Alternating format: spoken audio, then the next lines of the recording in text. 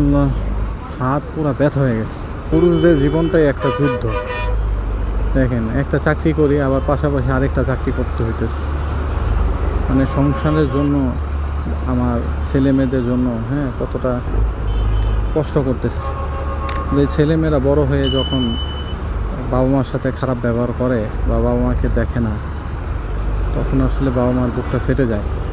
আমি কিন্তু আগে রেগুলার রাইড কখনোই ওইভাবে দিতাম না, কারণ আসলে তো চাকরি করতাম, তো মনে করেন যে ওরকম টাকা পয়সার প্রয়োজন ছিল না। যেটা ইনকাম করতাম ওটা দিয়ে ভালো চলতে পারতাম আল্লাহর রহমতে। কিন্তু আমার যখন একে একে দুইটা সন্তান হলো, আমার দুইটা মেয়ে, তখন কিন্তু খরচ অটোমেটিক্যালি বেড়ে গেল।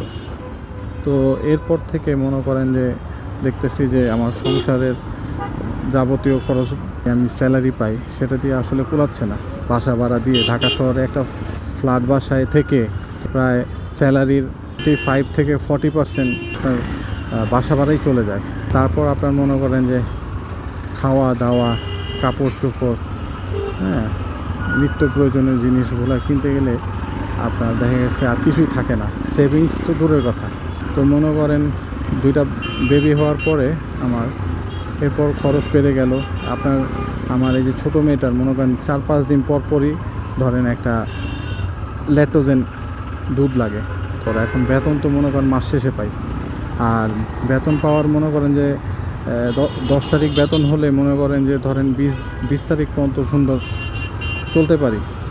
20 তারিখের পর আপনার মনে করেন পরের মাসের 10 তারিখ পর্যন্ত আপনার চলতে অনেক কষ্ট হয়ে যায়। খরচ তো খালি দিন দিন বাড়তেছে, আর নিত্য প্রয়োজনীয় জিনিসের দামও অনেক বাড়তেছে। তো এই স্যালারি দিয়ে আসলে পুরো মাস চলা খুব কষ্ট।